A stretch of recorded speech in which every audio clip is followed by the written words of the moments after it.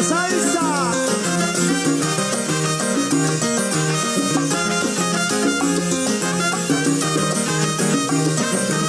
Mira qué bonito tiene la chinita de los ojitos, que cosas son la mirada, yo me tengo que poner loquito.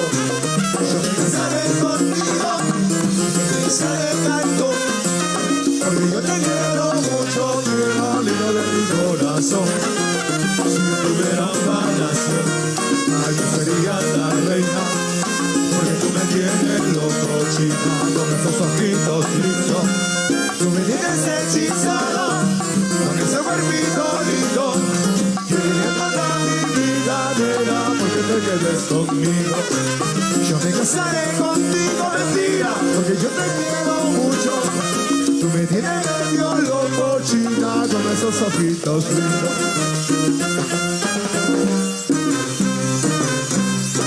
Qué lindo es Chini, mi Chini. Ay, pero qué bueno es Chini, mi Chinito, el Chinito. No, no, qué lindo es Chini, mi Chini. Como chino quisiera que le dé, mi Chini. Porque sin ti yo prefiero la muerte y no habrá sol. China, si no te quedas conmigo, China, porque te lo pido. Tú no me dejes, no me abandones, tú no me des al olvido. Yo me casaré contigo. China, pide chinito. Chino, chino, pide la chinita. A la china de los dientes. China, mi china, china, china.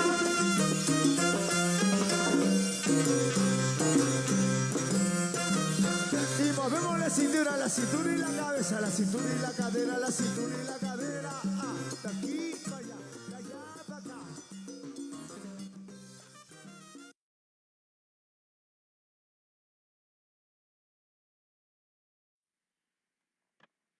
Buenas tardes con todos y moviendo la cintura, moviendo la cabeza, vamos a empezar el día de hoy.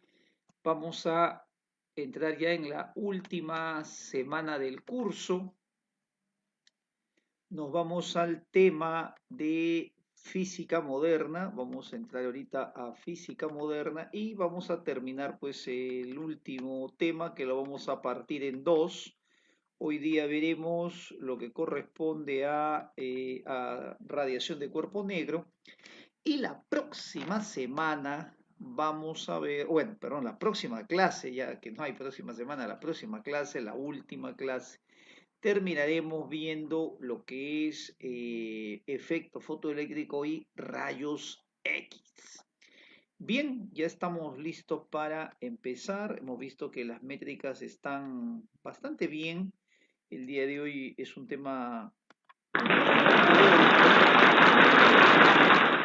bastante teórico y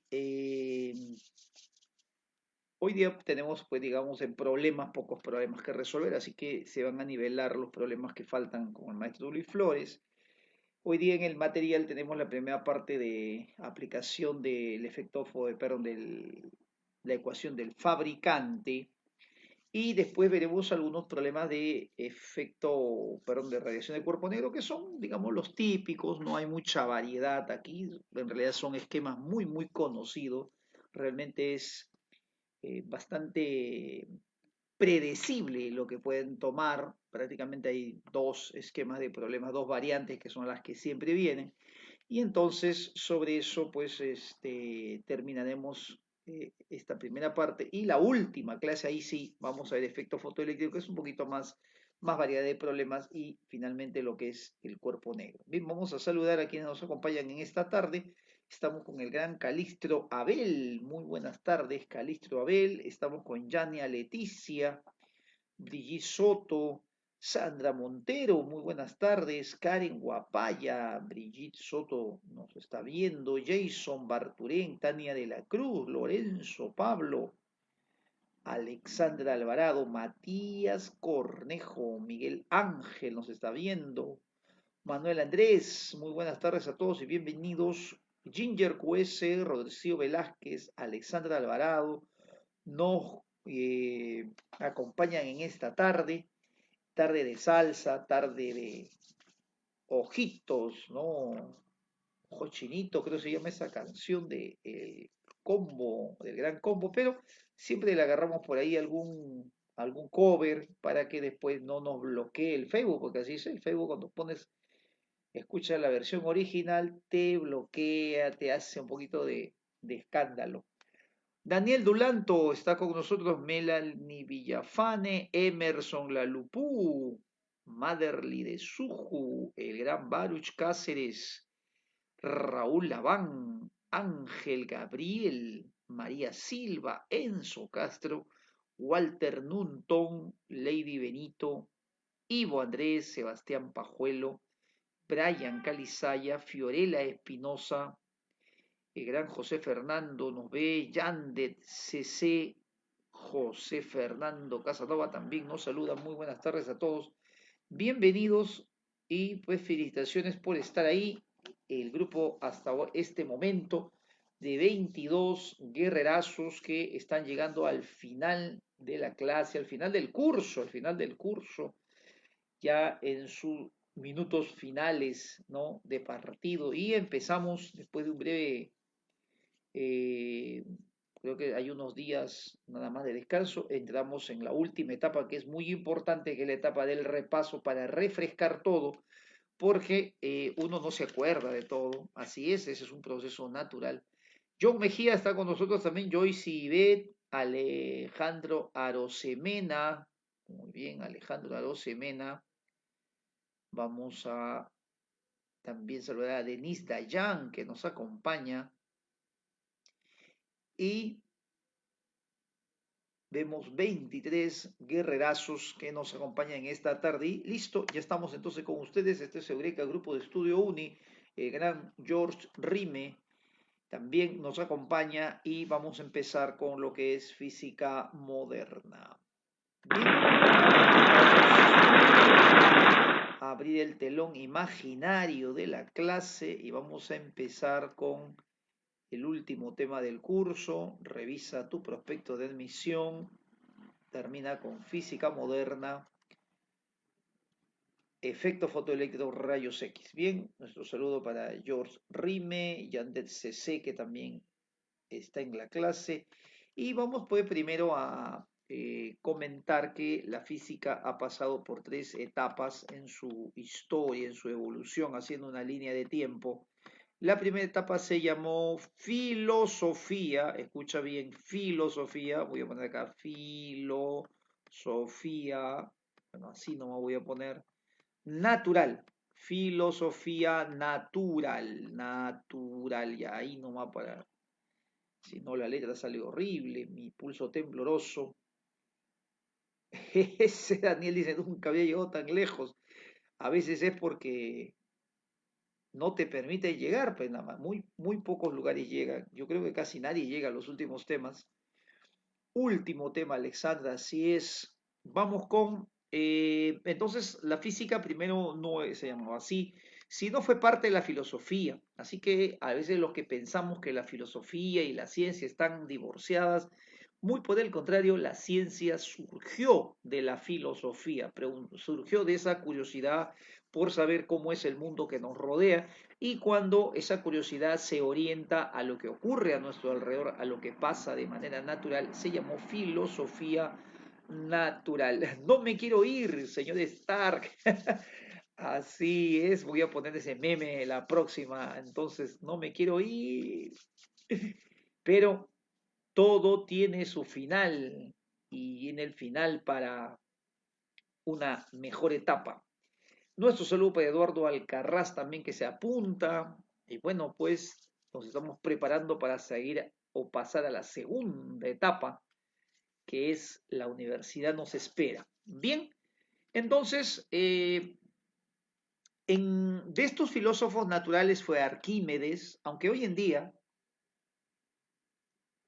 se le considera a Arquímedes, por ejemplo, un ingeniero, ¿no? Porque él construía, usaba la ciencia o los descubrimientos que había logrado conseguir, averiguar para inventar cosas que servían en la práctica, poleas que servían para levantar cuerpos, mover barcos. Entonces se le considera el primer ingeniero así notable en la historia. Pero oficialmente pues el nombre era filósofo natural, o sea, todos eran filósofos naturales. Arquímedes, incluso los personajes como Herón de Alejandría, que eran inventores, todos eran filósofos naturales. Hasta incluso Kepler, Galileo eran filósofos naturales. ¿Qué año evoluciona la física? La física cambia de nombre en 1686, algunos libros dicen 87, porque bueno, hay unos cambios ahí en el uso de los calendarios, hay toda una historia con eso. Pero en este año 1986-87 se publica un libro, Newton publica un libro que se llamó Principios Matemáticos de Filosofía Natural. Voy a poner la P de principios. Y a partir de ese libro, la filosofía natural deja de ser pues filosofía, deja de preguntarse solamente en el porqué de las cosas, sino dar respuestas y dar respuestas basadas en experimentos y es ahí donde se convierte pues en una ciencia y esa ciencia demostrada que cumple leyes que se cumplen para todos los cuerpos ya se llama física.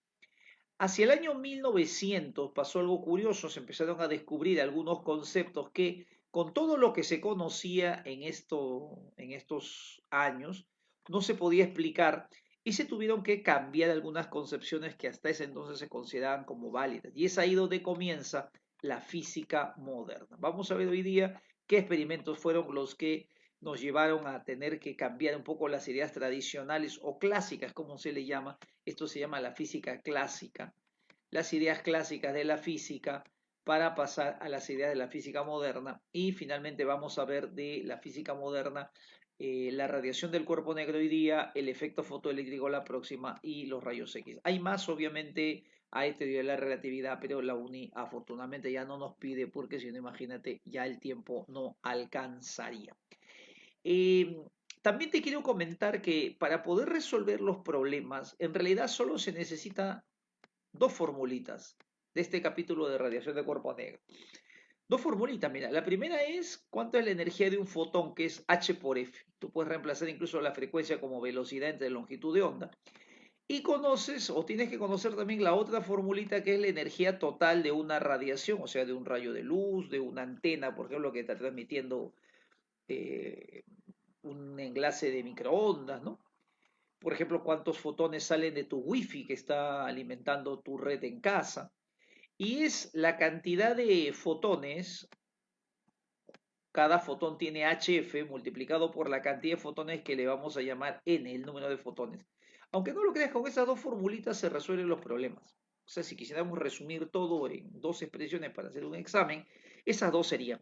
Pero aquí pues el día de hoy en la uni te piden y tienes que saber también un poco pues el origen, cómo aparece este concepto, qué es lo que lo motiva a plantear esta teoría, cómo tendría que ser la naturaleza para que esta fuera la energía emitida por un fotón.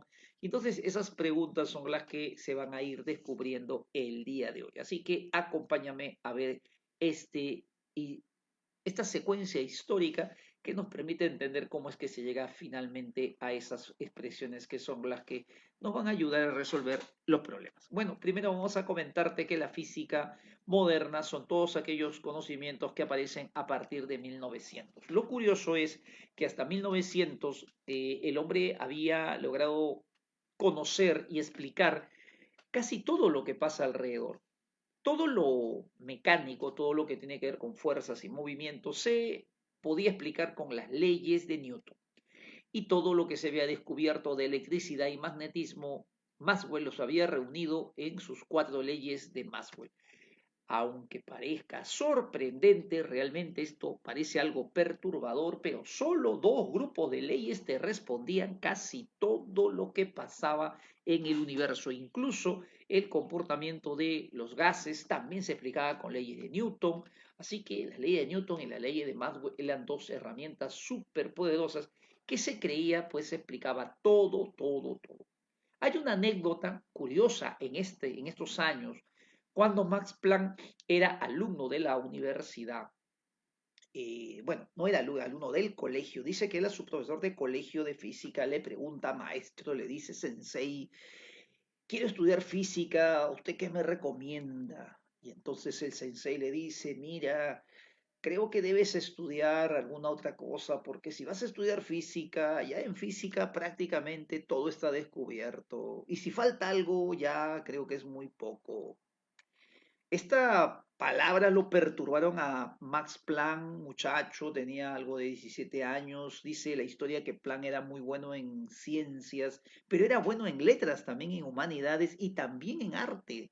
Tocaba instrumentos musicales. Realmente cualquier campo hubiese podido estudiar el gran Max Planck.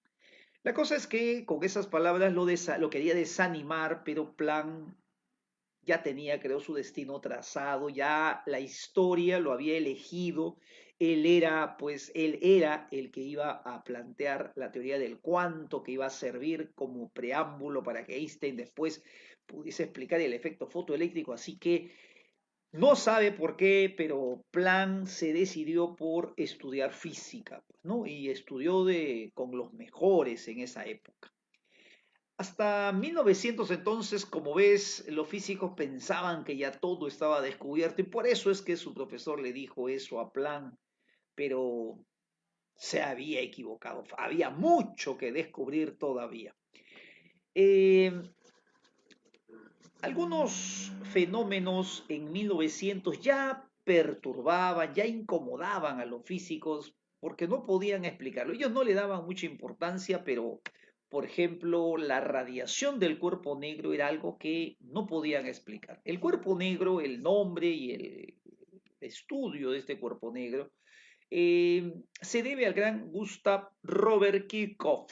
Gustav Kirchhoff, Gustav Kirchhoff, así se pronuncia, Kirchhoff, una cosa así, es el mismo que planteó las leyes pues, de Kirchhoff, las reglas de Kirchhoff para resolver los circuitos.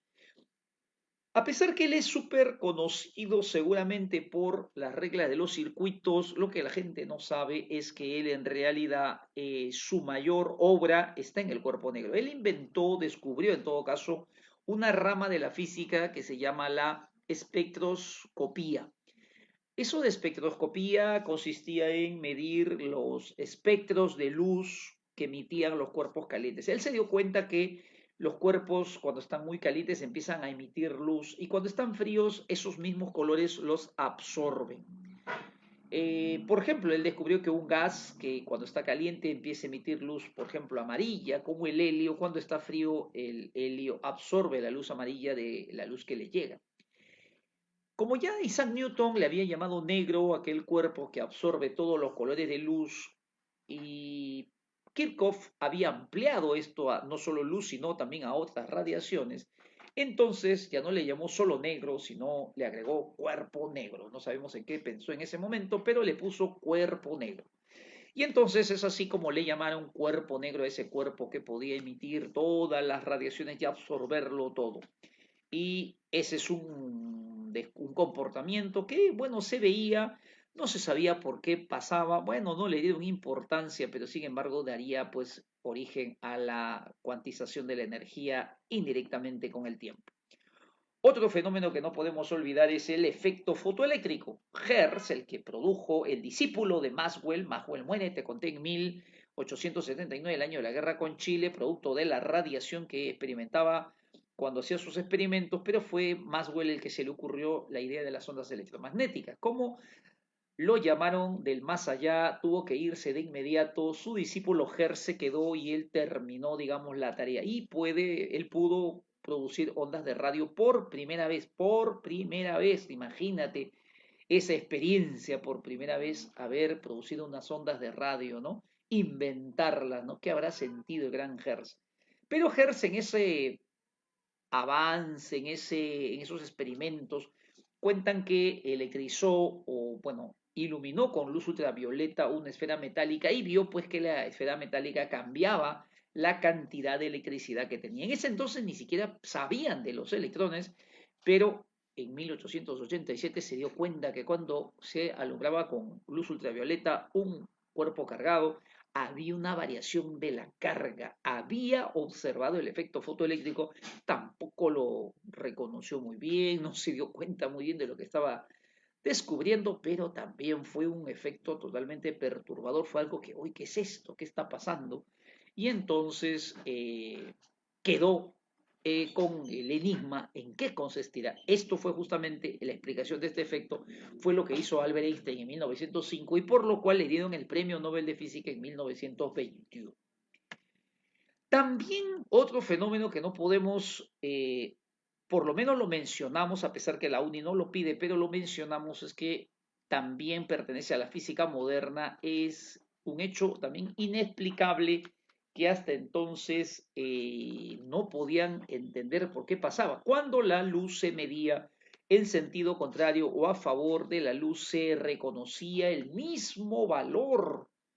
Tú cuando pasas en contra de un carro, tú vas en tu bicicleta y ves un carro que pasa en contra, lo ves pasar como más rápido, y si vas a favor, como que avanza un poquito, parece más despacio. Existe eso que se llama la velocidad relativa, algo que había planteado pues el gran Galileo Galilei, pero ¿qué pasaba con la luz si tú te estabas moviendo en la Tierra en contra de la luz o a favor de la luz? El valor era el mismo. ¿Qué es esto? Eso a los físicos también los movió de su asiento, los amaqueó, no sabían cómo explicarlo.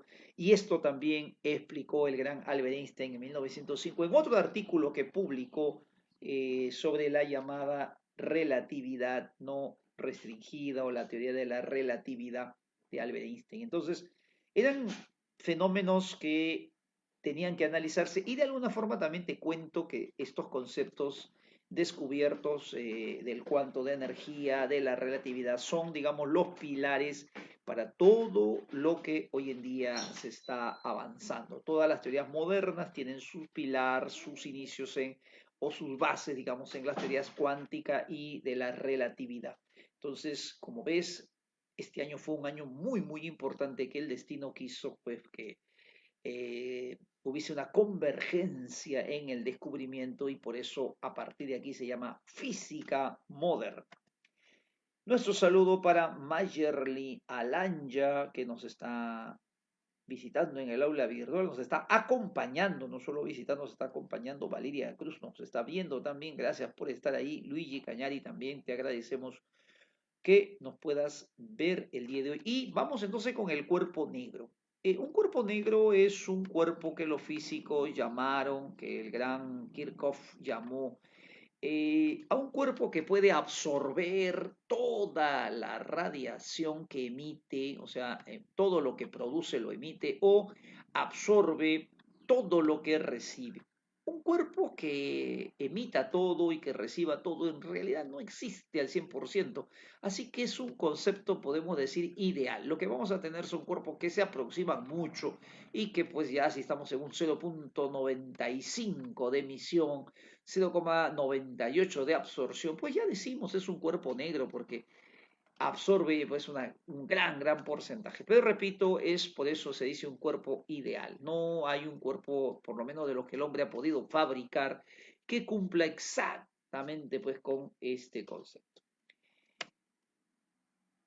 Cuando nosotros vimos en radiación, en formas de radiación, vimos esta expresión, la radiación de un cuerpo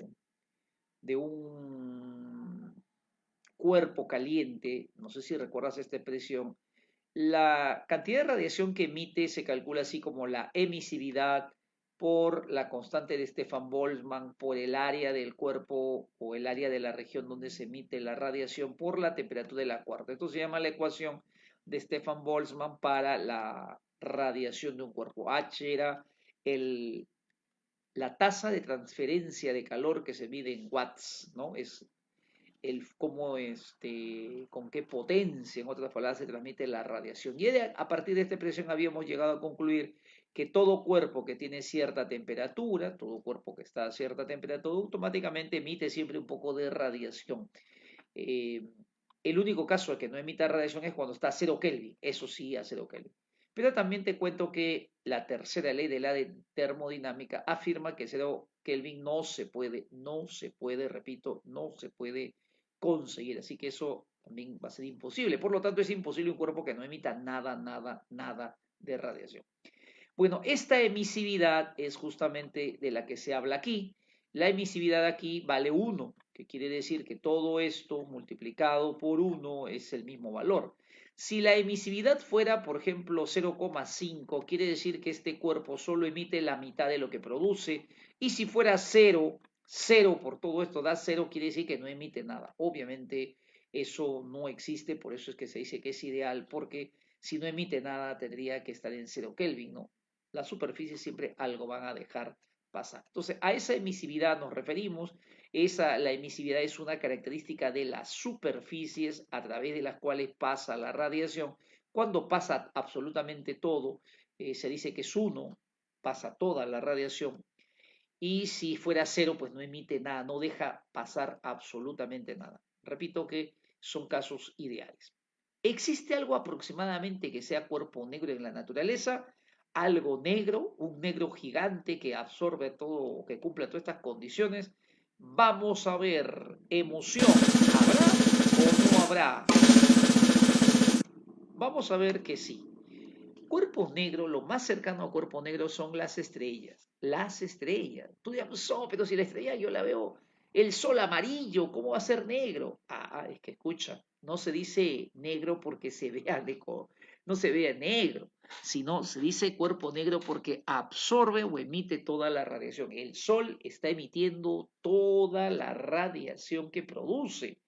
Está emitiendo luz, emite ultravioleta, por eso es que hay tanta campaña para protegerse con protector UV, para no dañar la piel, la vista, emite rayos infrarrojos, por eso ese aumento de temperatura, emite un poco de microondas, un poco menos de rayos X, mucho menos de rayos gamma, pero lo emite y mucho de esas radiaciones peligrosas la atmósfera nos protege. Pero sí, el Sol es un cuerpo negro porque emite toda la radiación que está produciendo.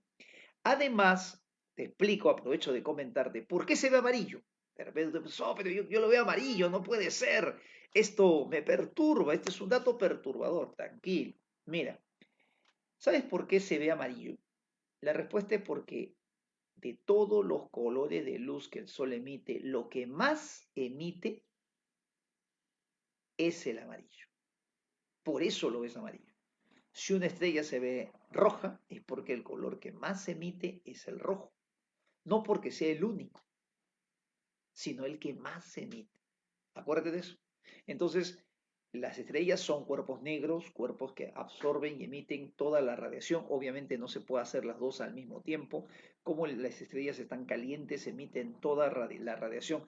La estrella, el Sol, por ejemplo, tendría que estar frío para que absorba toda la radiación y eso le pasará al Sol cuando pasen muchos miles de años y se queme, pues se utilice todo el combustible atómico que tiene todas las sustancias que ahí están ya no puedan emitir más energía y entonces cuando se enfríe, al contrario, mira cómo es la naturaleza, empezará a absorber toda la radiación que le llega. El destino de las grandes estrellas cuando están frías y absorben toda la radiación es convertirse pues en un cuerpo negro absorbente y eso los astrofísicos eso lo llaman agujero negro. Agujero negro, acuérdate, agujero negro. Los agujeros negros no son otra cosa que estrellas que se han enfriado y están absorbiendo. De repente tú dirás, pues, oh, pero entonces ya, bueno, voy a atracar. El sol es un cuerpo negro porque emite toda la radiación y frío no lo voy a poder ver porque de hecho no vamos a estar ese día. La vida del cuerpo humano es muy pequeña, dura muy poco y al sol le faltan muchos millones de años para enfriarse, así que no lo voy a poder ver. Pero yo quiero ver ahora un cuerpo negro aquí en la superficie de la Tierra, algo que sea pues semejante a un cuerpo negro. ¿Existe o no? ¿O solo en mi imaginación? Bueno, lo más cercano a un cuerpo negro aquí en la Tierra, aquí en la superficie, aquí, para hacer un experimento, es las brasas de carbón que se encienden, por ejemplo, cuando se hace una parrilla.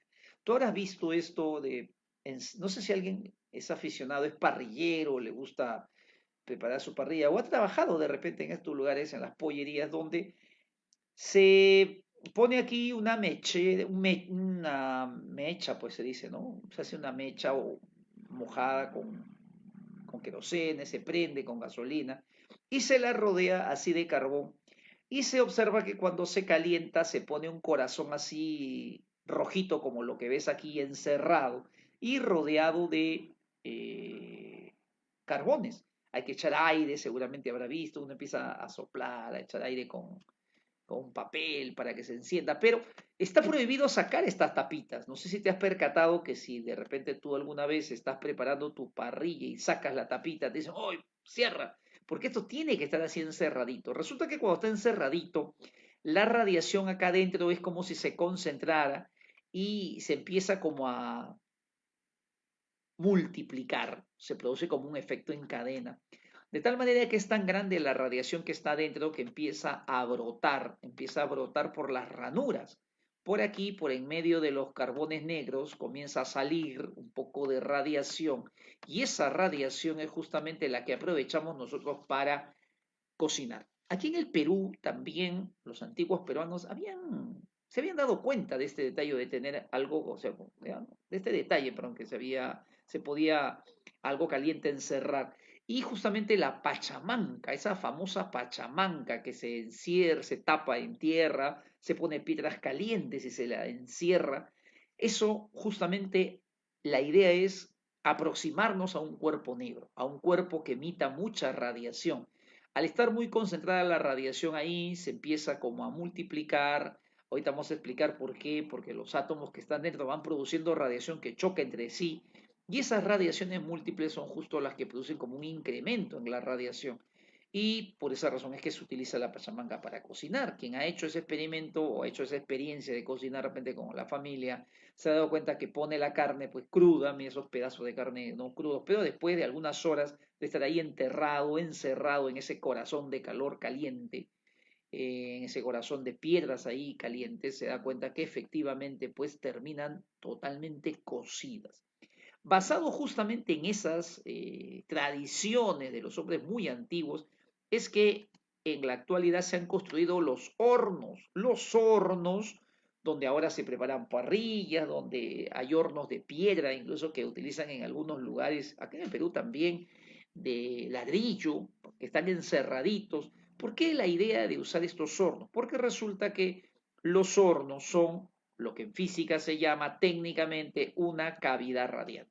Cuando un cuerpo se calienta y adentro está hueco, este incremento de temperatura hace que cada átomo de estas paredes internas, mira, no sé si me entiendes que esto es un cubo, acá le hemos sacado una tapa, esta tapa es como si estuviese hueca, para que tú puedas ver, eso debe estar sellado, no sé si me entiendes, esto debe estar totalmente sellado, sino que nosotros le hemos sacado la tapa para que tú puedas visualizar lo que hay por dentro y adentro lo que va a pasar es que los átomos de estas paredes comienzan a emitir radiación. Esas radiaciones se estrellan entre sí, están rebotando adentro y empiezan a incrementarse, empiezan a aumentar la temperatura también. Y entonces ese hueco, esa cavidad, se empieza a convertir en un emisor de radiación y por eso le llaman cavidad radiante. Cavidad radiante quiere decir un hueco que irradia energía o que está radiando pues ondas electromagnéticas, a eso se refiere. Para poder comunicarse con este horno, con este cavidad radiante, se le hace un huequito como ves acá, donde la luz puede entrar o también puede salir. Si está frío puede entrar la luz y si sale, vamos a ver que sale por ese huequito. Y este huequito nos sirve como de camino, de enlace, de vía para poder comunicarnos con lo que está pasando dentro de esa cavidad radiante. Muy buena pregunta. Nos dice Alejandro Arosemena una buena pregunta. ¿Esa radiación hace daño o no?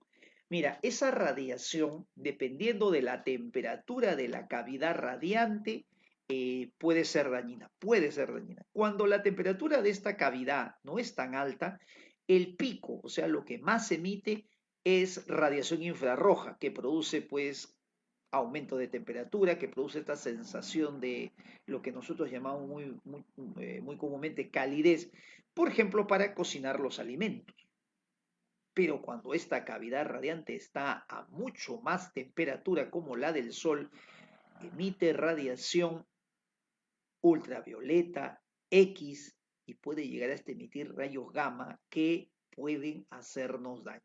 Así que la pregunta, o mejor dicho, la respuesta a la pregunta de Alejandro Arosemena, que espero que todos la recuerden, es la siguiente. La radiación puede ser dañina dependiendo de la temperatura de la cavidad radiante.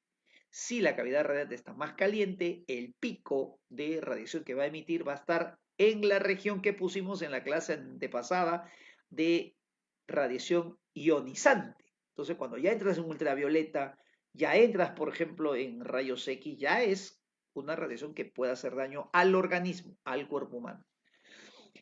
Otra pregunta, en el centro de la Tierra también sería un cuerpo negro. Más o menos, sí, sí, Jason, correcto. La Tierra también funciona algo así.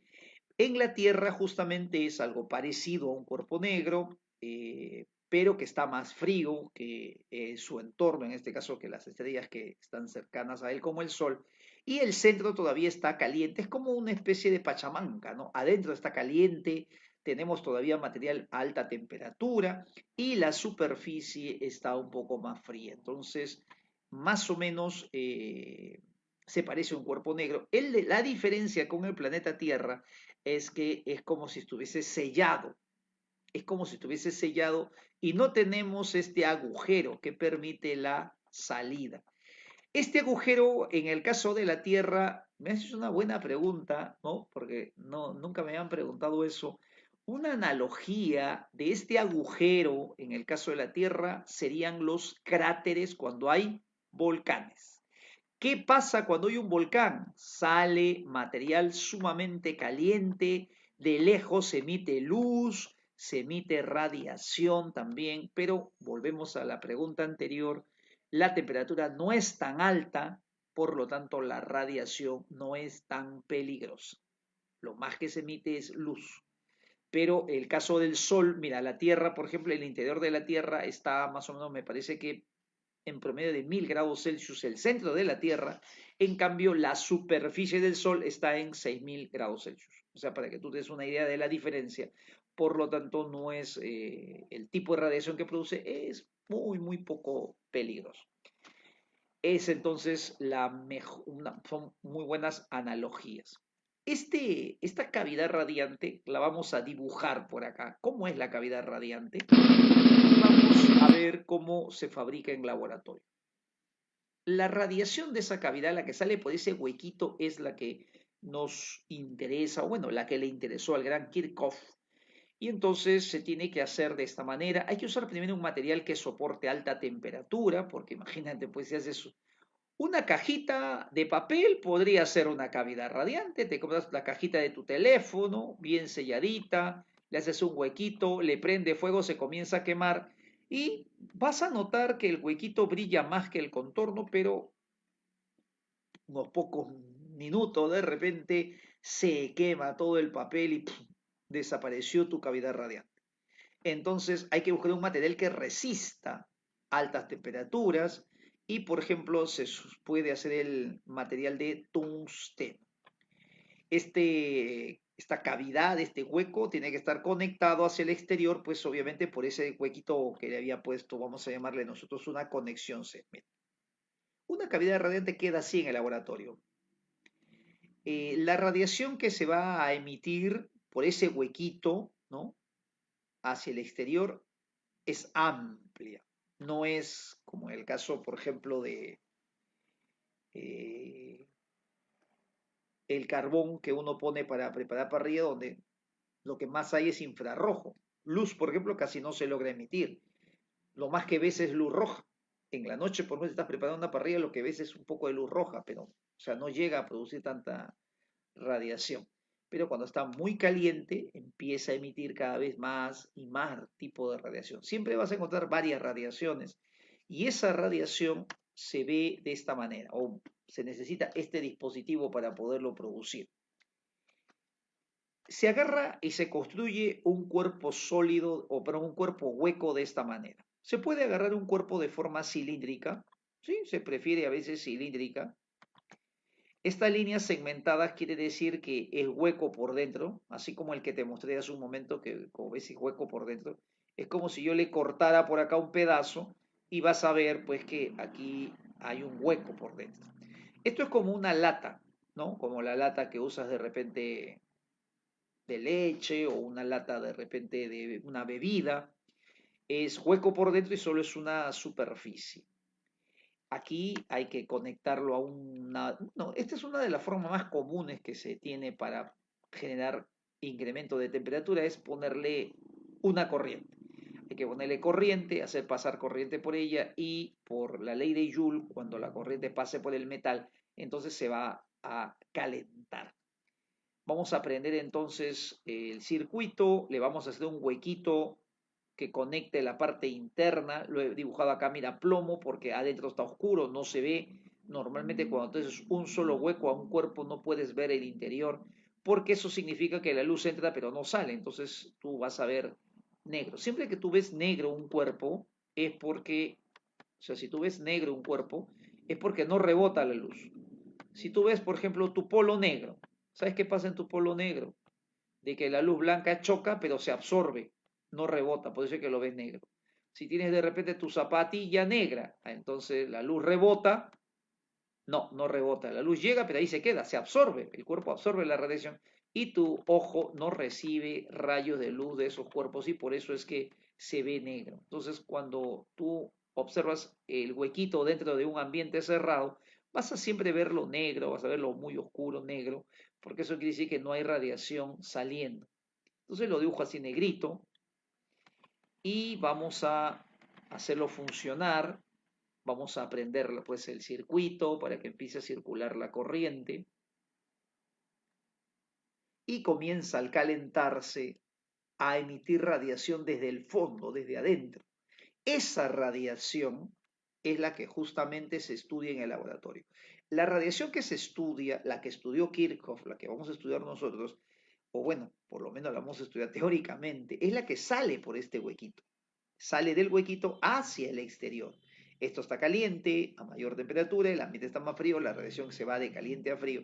Y entonces esa radiación va a estar formada por infrarroja, visible, ultravioleta, y puede haber más para arriba y más para abajo. Eso dependerá, como siempre, de más o menos a qué temperatura se encuentra. Cuanto más caliente está, más arriba va a estar el conjunto de radiaciones. Cuando esto llega, por ejemplo, a los 6000, se ve como el Sol se ve amarillo, porque está emitiendo en mayor medida amarillo.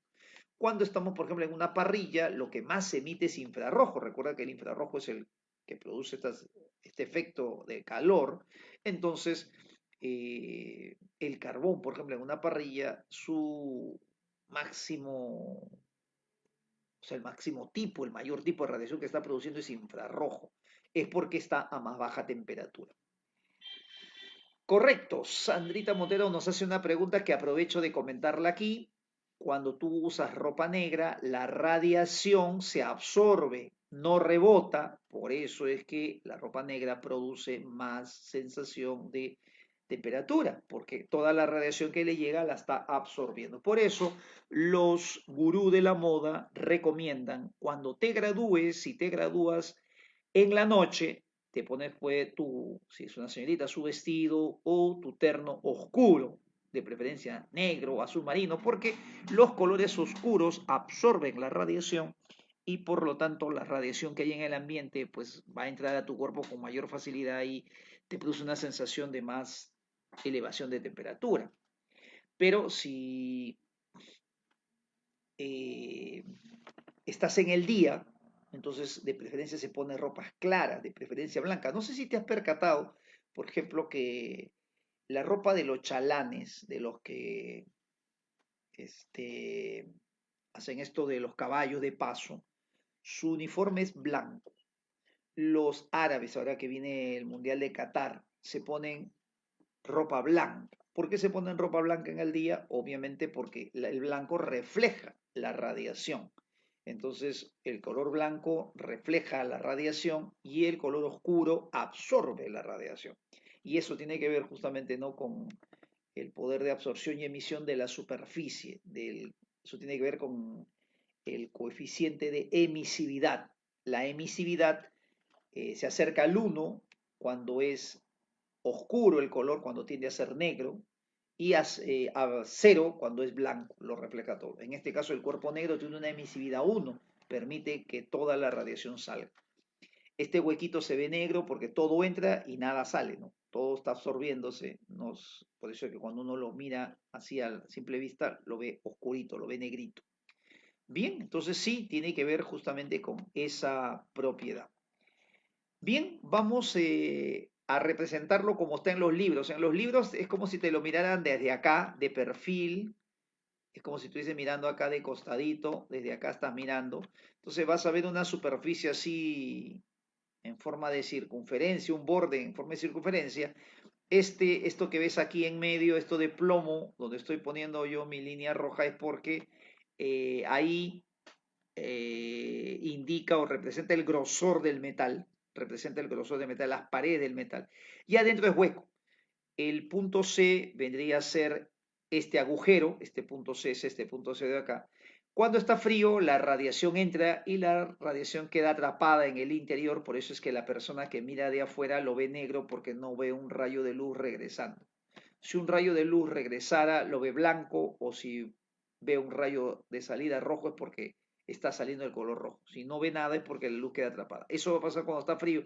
Y al revés, cuando está caliente, la radiación se está produciendo en el interior y está saliendo, al contrario, por este punto, ¿qué es lo que está pasando? En este voy a ponerle gráfico 1, la cavidad radiante está caliente, por eso la radiación sale. Y aquí en el caso 2 es la cavidad cuando está fría. Cuando está fría, la radiación entra. Vamos a tapar esto, vamos a borrar esto. La radiación entra y no sale. En el 1 está caliente y toda la radiación, mira, está saliendo. Obviamente no puede hacer las dos cosas a la vez, así que ahí está escrito para que lo puedas anotar y repasar. Una cavidad radiante, si está fría, absorbe toda la radiación que entra, así como en este caso, pero cuando está caliente como en el 1, entonces toda la radiación que se produce en las paredes internas se va a emitir por este huequito. Esto se estudió desde las épocas de Kirchhoff, desde 1800 más o menos, para que tú te des una idea, estamos hablando del 1867, bueno, vamos a redondearlo en la segunda mitad del siglo XIX, esa es la segunda mitad. Los estudios que habían hecho hasta ese entonces llevaron a el físico Wien, que no es muy conocido, pero que fue premio Nobel de Física en 1911 justamente por la radiación y sus descubrimientos de radiación, a darse cuenta que dependiendo de la temperatura del cuerpo negro había siempre una longitud de onda que más se emitía. Él se dio cuenta y descubrió este comportamiento. Esta gráfica significa, mira, que cuando le ponemos más temperatura a la cavidad radiante, la primera curvita, 3000 Kelvin, mira, tiene una radiación que es la que existe en mayor medida. Aquí en la horizontal tenemos la longitud de onda y aquí en la vertical la intensidad de la radiación, la cantidad de energía que contiene esa radiación.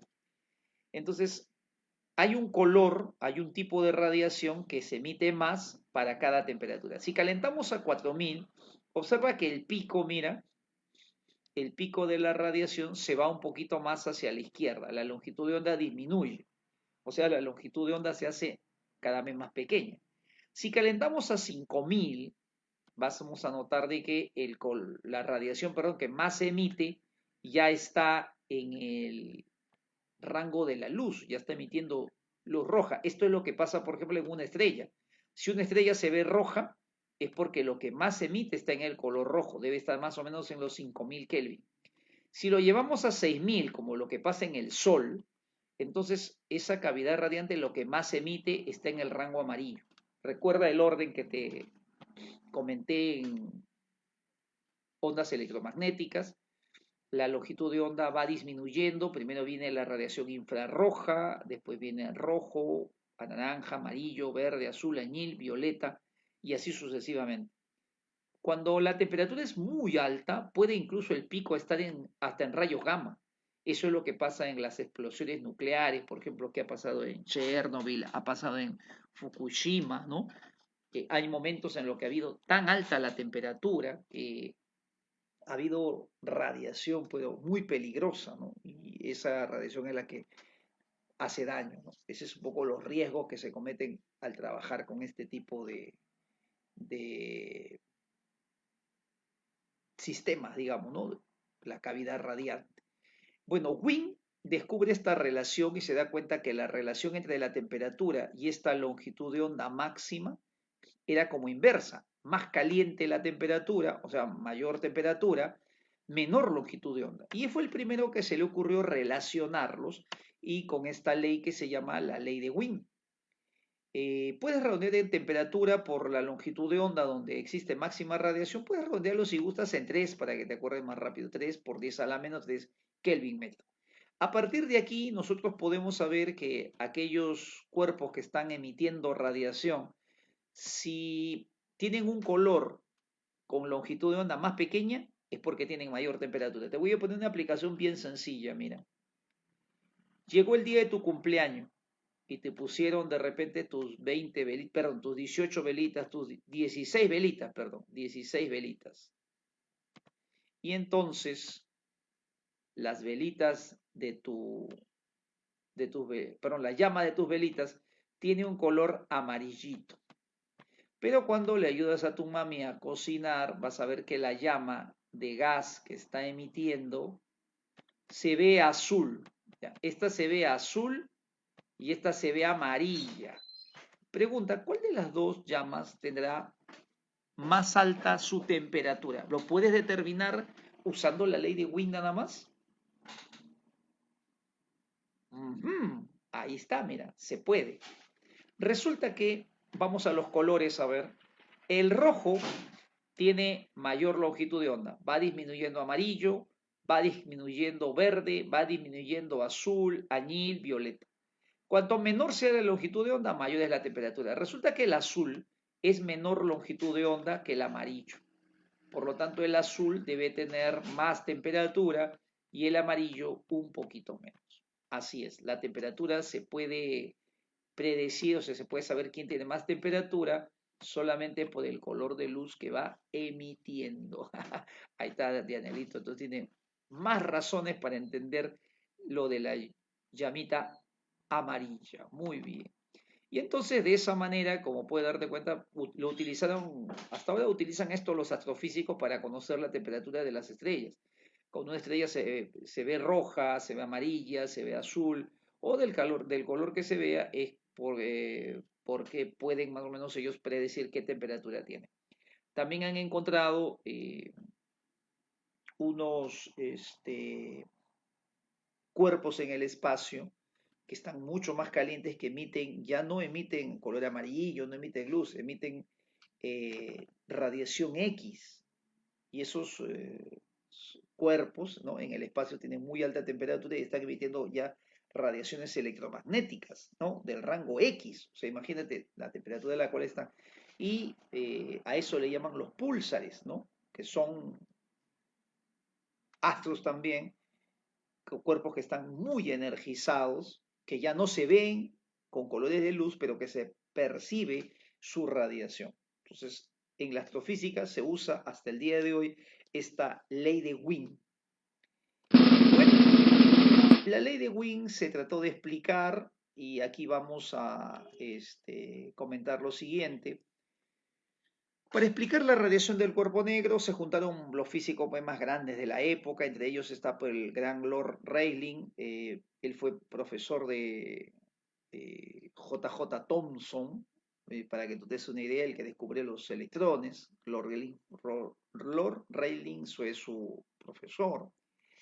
Este señor junto con James Jim, trataron de explicar la radiación del cuerpo negro, trataron de explicar por qué la radiación tiene esta forma, ¿no? La radiación, cuando está a una cierta temperatura, hay radiación pequeña, digamos, hay un pico donde se emite más radiación y después vuelve a disminuir.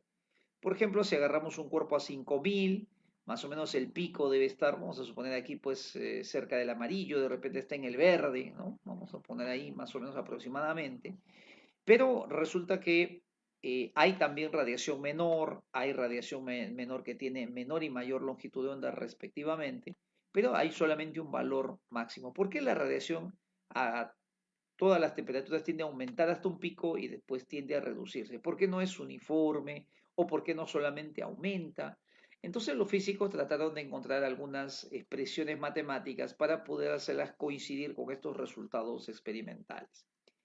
Bueno, una de las primeras fórmulas que intentó resolver el problema fue la de Rayleigh y Jean, que fue la que está aquí en un cuadradito. No te la tienes que aprender porque esta formulita pues no sirvió, digamos que solamente parte de la historia. Al final tuvieron que descartarla porque no podía resolver el problema. Pero lo que sí podemos recordar a modo de anécdota es que esta formulita, cuando la longitud de onda empezaba a disminuir, la intensidad comenzaba a aumentar, así como lo ves en esta línea segmentada. Entonces el comportamiento de la formulita podía, digamos, ajustarse cuando la longitud de onda era relativamente grande. Conforme la longitud de onda se iba haciendo cada vez más pequeña, se acercaba a la región que pasaba ya el violeta, la región ultravioleta, se veía que había una como posición, había como una divergencia, pues no total entre el resultado experimental, porque la curva tendía como a bajar nuevamente, y la curva que había propuesto Rayleigh. Este comportamiento totalmente opuesto llevó a los físicos de esa época a realmente pues sentirse un poquito decepcionados porque no podían entender lo que pasaba y le llamaron a esta anécdota, a esta situación con la que se chocaron, la catástrofe ultravioleta. Catástrofe porque no podían explicar, ellos pensaban que ya podían hacerlo todo con leyes de Newton, leyes de Maxwell, y se dan cuenta que no tenían herramientas para explicarlo, pero este problema venía justo en la región ultravioleta, justo cuando las radiaciones bajaban de valor de longitud de onda y se acercaban a la región ultravioleta, ahí es donde había pues realmente el problema, la discrepancia. Entonces por eso le llamaron catástrofe ultravioleta. Según la idea clásica, la energía se transmite de forma continua, permanente. Entonces, si nosotros empezamos a bajar las longitudes de onda, lo que tiene que pasar es que los fotones deberían tener, pues, ¿no?, cada vez más y más energía, ¿no? Eso es lo que debería pasar.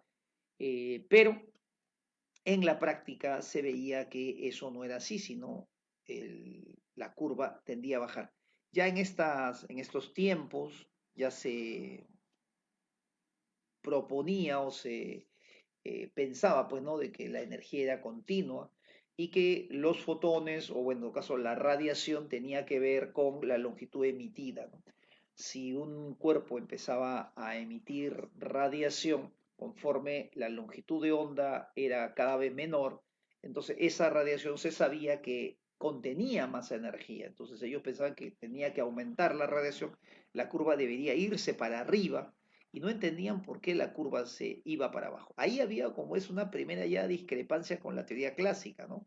Si la energía se entregaba de manera permanente, ya en este tiempo se sabía que las radiaciones con más frecuencia tenían más energía, calentaban más, ¿no? Producían más efectos térmicos, pero ¿por qué la curva en un cuerpo negro o en una cavidad radiante había radiaciones que empezaban a bajar? Porque cuando había menor longitud de onda no había más entrega de energía, sino porque la energía tenía que bajar. Esto era algo que los físicos no entendían por ningún lado qué es lo que pasaba.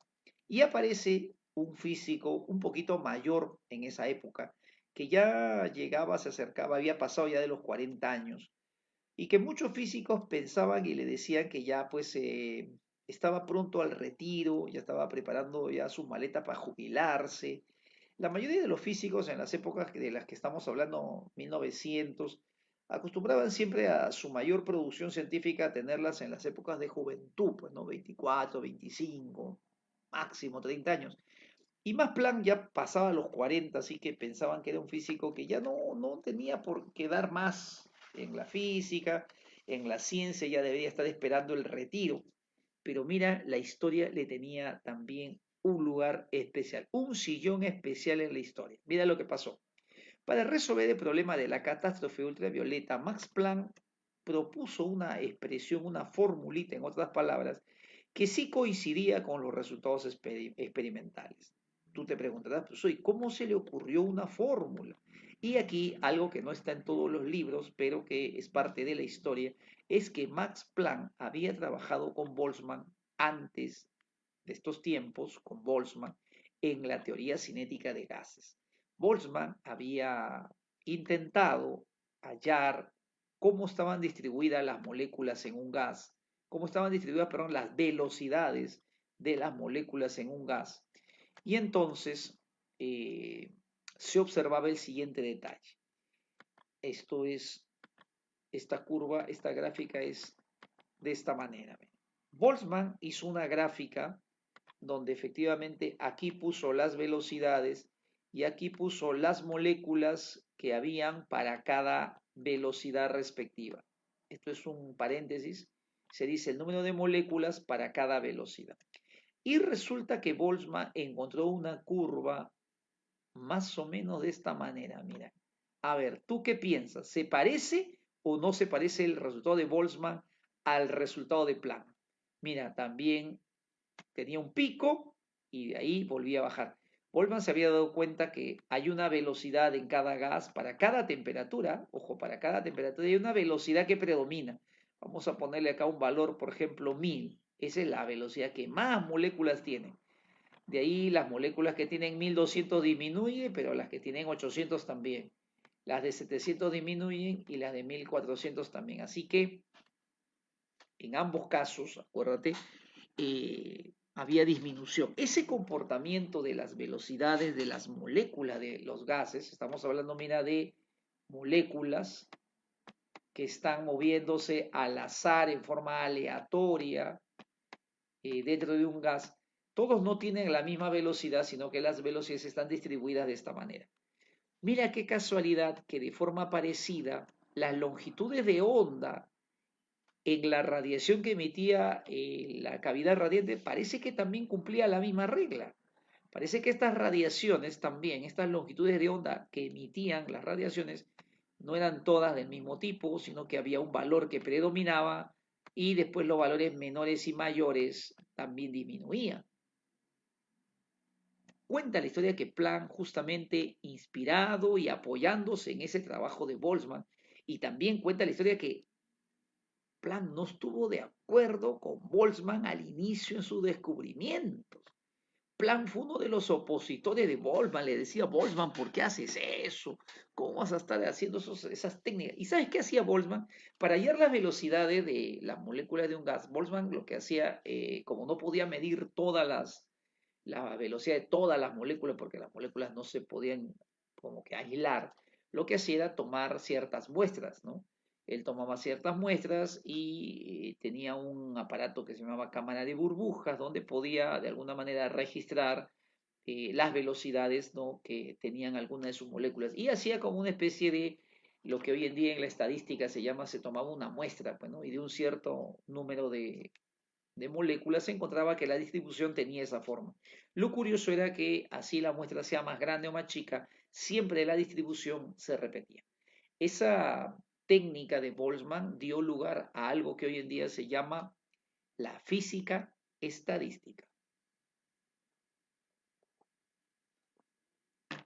Antes no se aplicaba la física estadística, ahora es una herramienta indispensable y Planck al comienzo no estaba de acuerdo con él.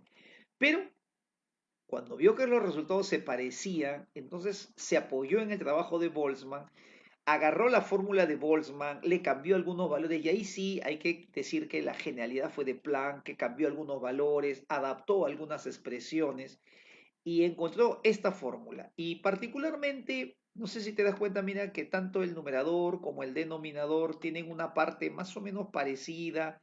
Hay algunas cantidades que se repiten como la velocidad de la luz, la longitud de onda, pero aquí lo trascendente es la incorporación de este factor. Este factor de epsilon elevado a todo esto que es HC, hoy te voy a explicar qué es lambda, KT.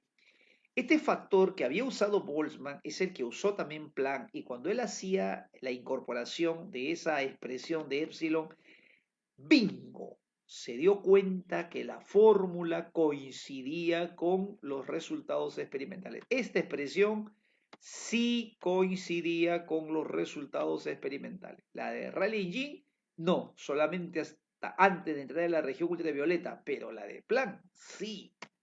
Vamos a explicarte que ese ahí se llama la intensidad de la radiación emitida por cada longitud de onda. La C es la rapidez de la luz en el vacío. H, la constante de Planck, que hoy en día maneja estos dos valores. Este valor, el primero es en el sistema internacional, 6,63, y el otro es en electronvoltio, que también se debe manejar hoy en día. Lambda es longitud de onda, K, constante de Boltzmann, temperatura en Kelvin, y estas son las variables que se utilizan. Obviamente, cuando él lo encontró inicialmente no tenía todas las constantes. Lo que él hizo es trabajar con la longitud de onda, la intensidad, y varias eran constantes, simplemente eran números casi, podemos decir, desconocidos. Pero los experimentos posteriores han ido descubriendo esa constante, qué valor debe tener, y así se ha ido construyendo también, obviamente, en un proceso de evolución. Hoy en día creo que los libros ya la muestran, o sea, ya te lo mostramos, ya el resultado final, pero el trabajo de Planck, desde el original hasta la versión, digamos, ya eh, que ahora conocemos, ha tenido, ¿no?, varias modificaciones. Por ejemplo, una de las que creo que es bueno comentar es el H. Planck encontró que acá debería haber una constante, pero no sabía cuánto era esa constante. Y esa constante terminó siendo después la constante de Planck. Varios años después, más o menos por 1912, Millikan hace un experimento donde efectivamente logra medir el valor de la constante, y la constante resultó ser este valor que está aquí. Entonces, para que te des cuenta que la fórmula no es que se conocía así, sino que tenía más o menos la forma nada más, inspirado en el trabajo de Boltzmann. Vio que con esa expresión sí se cumplía, y ahora había que analizar qué cosa era cada punto, y eso ha demorado pues obviamente varios años. Bueno, una vez que sabemos eso, vamos a ver la parte que continúa. Cuando Planck propone esta expresión para que sí se ajuste a la radiación de la cavidad radiante o cuerpo negro, la pregunta es, ¿qué significaba esa formulita? Y antes de seguir, voy a comentar nuevamente acá lo siguiente. Esta es la razón por la que Planck supone la cuantización. En el trabajo de Boltzmann, lo que se medía era la velocidad, y aquí era la cantidad de moléculas con esa velocidad. Cantidad de moléculas, o sea, cantidad de partículas aisladas que se puede registrar, ¿no?, su velocidad. En la otra gráfica, esto era longitud de onda, y esto era la energía, la intensidad de esa longitud de onda respectiva. Pero como tú te das cuenta, la curva tiene la misma forma. Hay dos variables aquí que se están midiendo, la velocidad de las moléculas, y aquí la longitud de onda de la radiación. Y aquí es donde surge la necesidad de crear el paquete. Mira, así como en un gas se puede registrar la velocidad, pero de las moléculas, contar una cantidad de moléculas para ver cuántas moléculas tienen esa velocidad. Bueno, aquí también tendría que existir un paquete de energía para contar en esos paquetes cuánta intensidad se ha reunido de cada longitud de onda. Cada paquete de energía tiene una respectiva longitud de onda, y si nosotros sumamos esos paquetes, vamos a lograr reunir la intensidad producida por cada longitud de onda. Como te das cuenta, la fórmula, como había sido inspirada en el trabajo de Boltzmann, y el trabajo de Boltzmann se hace midiendo las velocidades de las moléculas, pues ahora en el trabajo de Planck vamos a medir la longitud de onda de moléculas, vamos a decir inicialmente de energía. Tendrían que haber moléculas de energía, paquetes de energía, y a esos paquetes de energía producidos de forma aleatoria, así como las moléculas que pueden tener cualquier velocidad, pues las longitudes de onda también pueden salir de cualquier valor. Necesitamos contar estos paquetes. Y aquí viene una contradicción con la física clásica, porque la energía nunca, pero nunca se había pensado que podía existir así en pequeños paquetes de energía. Planck lo dudó, pensaba, pero ¿cómo va a ser posible eso si la energía no puede ser así eh, expresada en paquetes? Pero siguió con la hipótesis, se le ocurrió pensar cómo debería ser hipotéticamente para que esto se cumpliese y propuso esta teoría, esta suposición. Para que la propuesta de plan sea válida, la energía debe estar expresada en cuantos o paquetes, debe estar cuantizada. Esos paquetes o cuantos de energía o moléculas de energía, podemos decirlo así, como que haciendo la analogía con las moléculas de Boltzmann, es lo que después se llamó fotones y el que propuso el nombre fue el gran Lewis, que tú lo habrás visto en química cuando hablas de notación Lewis. Ese físico-químico, Lewis, en 1926 sugiere el término de fotones. Planck no creía que el cuanto sea cierto, él no pensaba que eso sea posible y él pensaba que era más un artificio matemático para poder hacer que la fórmula cobre sentido. Pero si hipotéticamente ese cuanto existiese, entonces la explicación sería que los átomos de las paredes de la cavidad radiante empiecen a emitir pues energía, oscilen y produzcan ondas electromagnéticas, empiecen a emitir ondas electromagnéticas y cada átomo emite un fotón. Cada átomo emite muchos fotones, pero para que emite esos fotones, fotones perdón, de energía, esos paquetes de energía, él tiene que tener la energía primero. Y Planck se le ocurrió que la naturaleza dentro de esas cavidades radiantes debería ser así. Cada átomo debería tener ciertos estados energéticos, ciertos estados de energía, más o menos así. O sea, un átomo podría estar en este estado o podría de repente tener este estado, como tener el doble de estado energético, o podría de repente tener algo así como el triple, pero no en cantidades fraccionarias, siempre en cantidades enteras. Tendría 1, 2, 3 niveles de energía. Esta palabra nivel de energía no tiene que ver con el nivel de energía del átomo de Bohr, sino Planck habló del átomo. El átomo tiene un estado de energía, puede tener el doble de ese estado, el triple, 4 veces, pero estados que no puede la naturaleza aceptar valores intermedios. En la época de Planck, lo único que hasta ese momento se había visto así, que no puede aceptar valores intermedios, era la onda estacionaria. Una onda estacionaria, para que resuene, o sea, para que se forme, solamente podía aceptar ciertas frecuencias y formar en la misma cuerda, podía tener 3, 4, 5, 6, 7 antinodos, pero siempre la misma cuerda solamente podía aceptar ciertos valores. Entonces, no era una idea tan descabellada de que cada átomo también, así como la onda estacionaria solo acepta ciertos estados de vibración, el átomo también acepte solo ciertos estados de energía. Entonces Planck supone que la energía del átomo, de cada átomo, que es el responsable de emitir radiación y de una cierta frecuencia, de una cierta longitud de onda, él debe tener ciertos estados que deben estar gobernados por una expresión que debe tener esta fórmula. Él creía que la energía de cada fotón la energía de cada átomo, corrección, la energía de cada átomo, estamos hablando del átomo generador del fotón, todavía no entramos en el fotón, el átomo solo puede tener ciertos estados energéticos.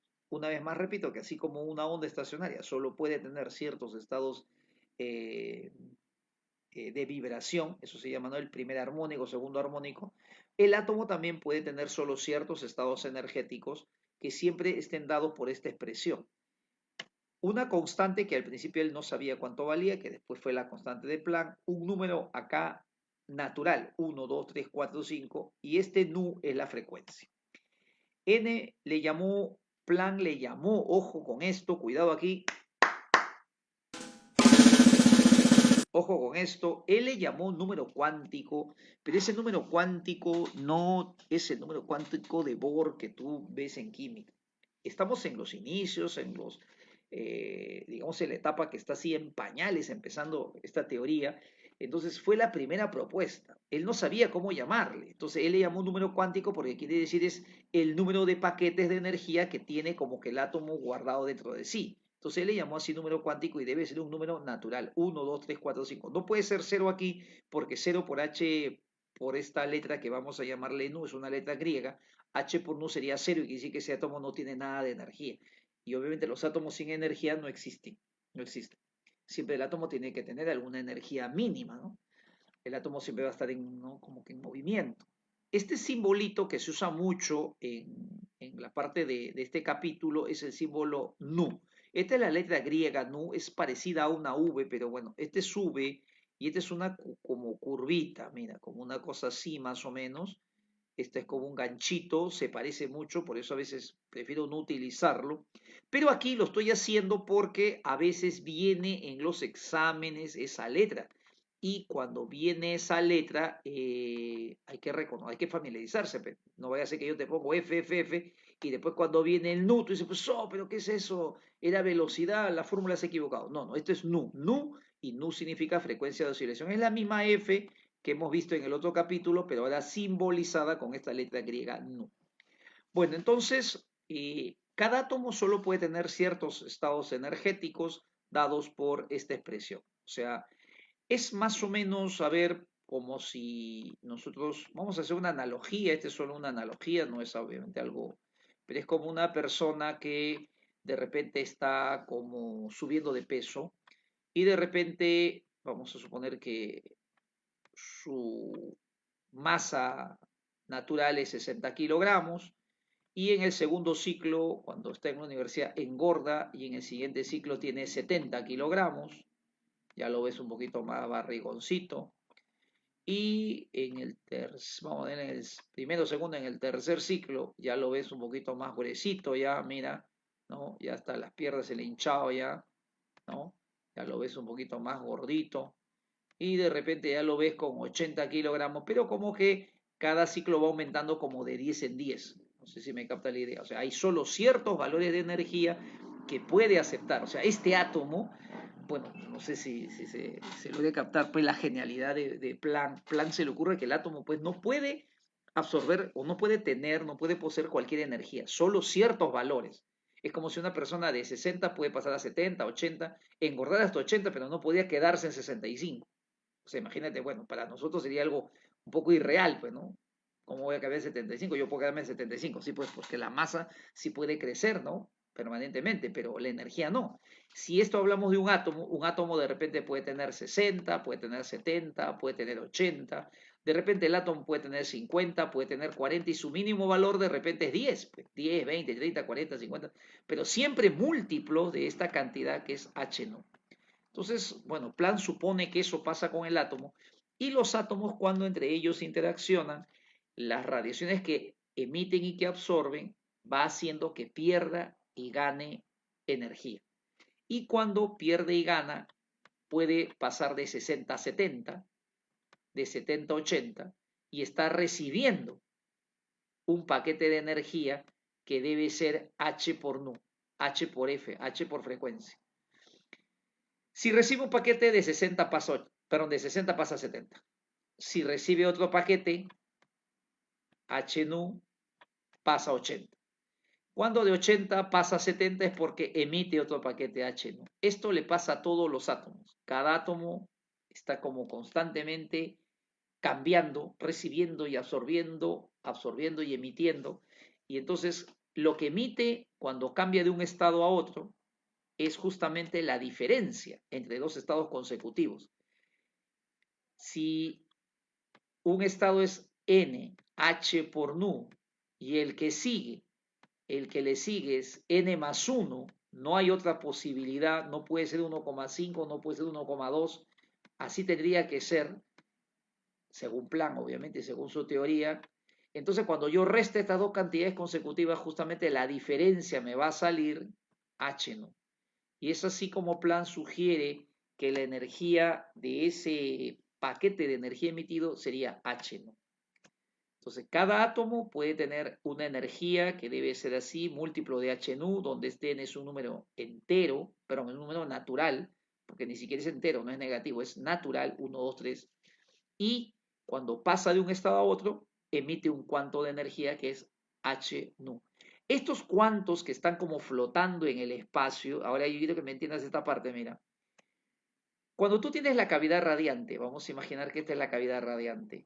Ya, esta es la cavidad radiante. A ver, redondeamos con esto para que se capten, ¿no? Entonces de aquí salen muchos fotones. Y fotones de cada átomo que hay en la cavidad con diferente frecuencia, diferente longitud de onda. Entonces tenemos muchos fotones, y entonces cuando nosotros registramos estos fotones, lo que vamos a encontrar es que una longitud de onda, hay una longitud de onda de la cual hay más fotones.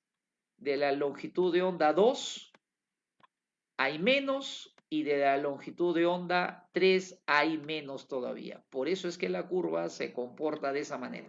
Así como en un gas habían muchas moléculas, y de esas moléculas muchas velocidades, y se encontraba una velocidad que es la que más había dentro de las moléculas, pues así también Planck suponía de que hay muchos fotones al momento de emitir la radiación, y esos fotones no todos tienen la misma longitud de onda. Vamos a suponer que más fotones hay de la longitud de onda 1, más fotones hay de la longitud de onda 1, por eso es que se llega más arriba, y de la longitud de onda 2 hay poquito, y de la longitud de onda 3 también hay muy poquito. Vamos a ponerle acá que este sea longitud de onda 3. Entonces, por esa razón, la curva tiene esta forma. Y cada uno de estos fotones, ¿cómo salió? Es que los átomos que están aquí en las paredes están emitiendo, están recibiendo y absorbiendo energía, y en ese proceso de aumento y disminución, al pasar de un estado al siguiente, van absorbiendo o emitiendo. Y ese paquetito de energía que está emitiendo justamente es el fotón. Como ves, la teoría de cinética de los gases, esto de la velocidad de Boltzmann, jugó un papel importante que inspira a Planck cómo debería ser la emisión de energía. Pero Planck no creía en esto plenamente, él estaba dudoso, él no estaba seguro que esto es, pero esto será cierto, será cierto esto, aunque los resultados coincidían, por lo menos la fórmula explicaba bien el comportamiento de la radiación, él mismo no estaba muy seguro. Vamos a comentar justamente eso porque eso suele ser motivo de pregunta en los exámenes. Primero debes saber, en resumen, que la energía de un cuanto fotón se puede calcular así. H por nu es la energía que tiene un fotón, y también obviamente como frecuencia por longitud de onda es la rapidez, si estamos en el vacío es c, entonces el nu, la frecuencia, se puede calcular como c sobre lambda, ¿ya? Y con eso puedes tú ahí deducirlo. Y entonces, reemplazando sería c sobre lambda. Eh, una cosa es la energía que tiene un fotón, pero otra cosa diferente es cuánta energía tiene una radiación, o sea, un rayo de luz. Tú estás alumbrando, por ejemplo, con una lámpara, tienes tu lámpara por acá, y te sale pues iluminas toda una región. ¿Cuántos fotones hay en toda esta región, en todo este espacio? ¿Cómo puedo saber cuánta energía habrá acá? Bueno, la energía total que está, digamos, viajando en esta región se calcularía así. Si cada fotón tiene h nu de frecuencia, lo tengo que multiplicar por la cantidad de fotones. Entonces, NH nu o NHC sobre lambda va a ser la energía total. Siempre preguntan en los problemas, de repente ya le he dado una revisada, el número de fotones emitidos en la radiación, y justamente el número de fotones es esa letra N. Aquí también quiero comentarte que muchos libros preuniversitarios a veces utilizan esta fórmula, y esta N le llaman el número de fotones, pero hay que un poquito diferenciar las cosas. Esto de aquí es la función que cumple, o sea, la expresión matemática que cumple la energía de un átomo. Esta es la energía de un átomo, no es de una radiación, un átomo. El átomo solo puede tener una energía, el doble, por 3, por 4, por 5, y es como te decía, es como si una persona fuese engordando, pasando de, por ejemplo, de 60 kilogramos a 61, 62, no puede quedarse en 60,5, por ejemplo, ¿no? Entonces igual, es como si un átomo tuviera, por ejemplo, 5 joules y de 5 joules tiene que pasar a 8, de 8 pasa a 11, de 11 a 14, no puede tener 12, tiene que pasarse del 11 a 14. Entonces cumple con esta expresión, siempre es una energía mínima, un valor mínimo por un número que le llama el número cuántico, que es siempre natural, número natural. Y cuando emite energía, pasa de un estado a otro, entonces la energía de un cuanto es h más nu. Pero si yo quiero saber cuánta radiación llega a una superficie, cuánta radiación llega en un rayo, tengo que contar cuántos fotones habrá y simplemente por conservación de energía, acuérdate que la energía es un escalar, solamente multiplicas la energía de cada fotón por cuántos fotones se están emitiendo. Y es así como se despeja la cantidad de fotones. Yo he preferido ponerle una letra N mayúscula para recordar que eso es el número no de fotones o cuánto de energía que llegan a una superficie, mientras que esta N es el número cuántico, parte de la hipótesis de Planck. La mayoría de libros lo trabaja indistintamente y a veces el estudiante cree que está usando esta fórmula, pero como que eso no es muy cierto. N en esta expresión es cuántos fotones realmente están viajando en la radiación. También hay que recordar y dejar indicado que Planck sostenía que la energía solo se emitía y se absorbía probablemente en cuanto. O sea, él creía que la energía se emitía de esa manera y después sufría algo así como una especie de transformación. Es como que los fotones o los paquetes se desintegraran y se juntasen en uno solo. Planck no aceptaba que la energía se emita en cuantos de energía, pero parecía que eso explicaba el fenómeno. Entonces, Planck estaba en la duda, estaba en la, digamos, en este problema existencial si es o no es. Entonces, Planck solo aceptaba que se emitía y absorbía la energía en forma de cuantos, pero no de manera permanente se cumplía ese proceso. Una vez que la energía se empezaba a propagar, la propagación era ya de forma continua como toda onda electromagnética.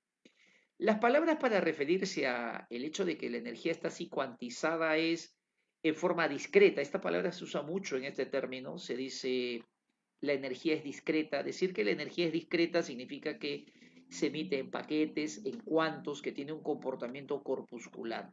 Entonces, esa palabra discreta, cuando tú la escuchas, te refieres a los cuantos. Y lo contrario es que la energía llegue de manera permanente o continua.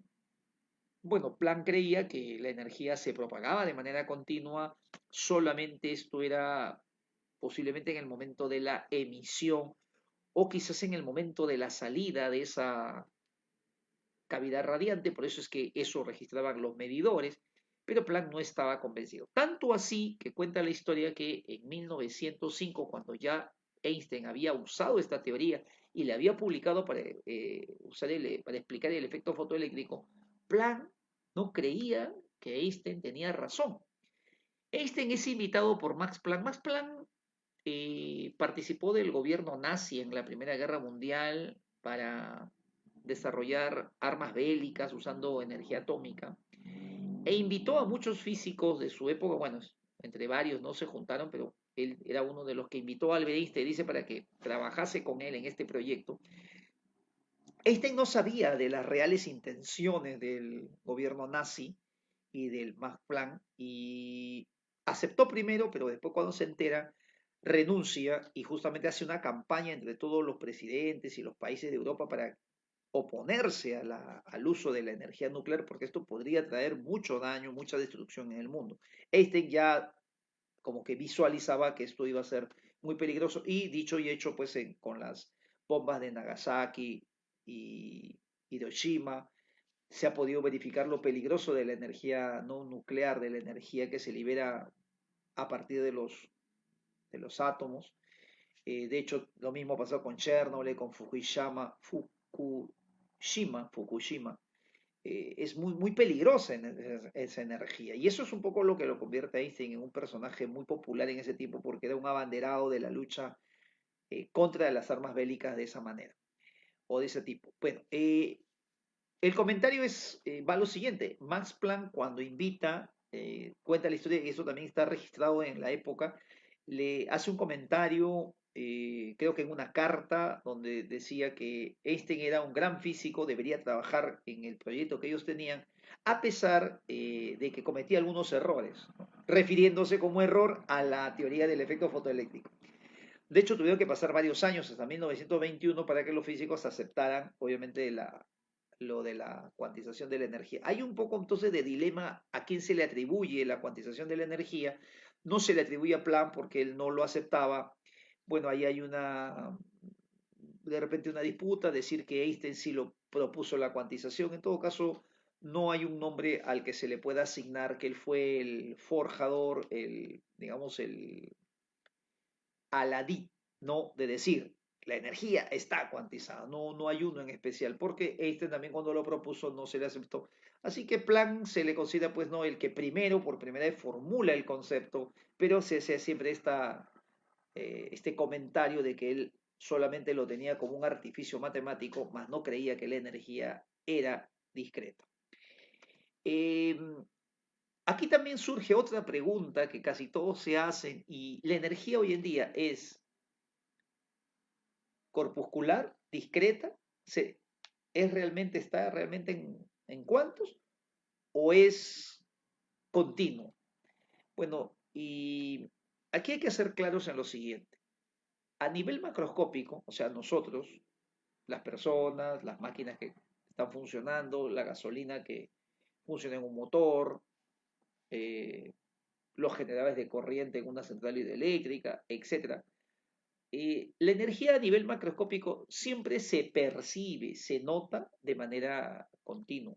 No se nota ese carácter corpuscular. Ese carácter corpuscular, ese comportamiento, solo se puede percibir en el mundo subatómico, dentro del átomo.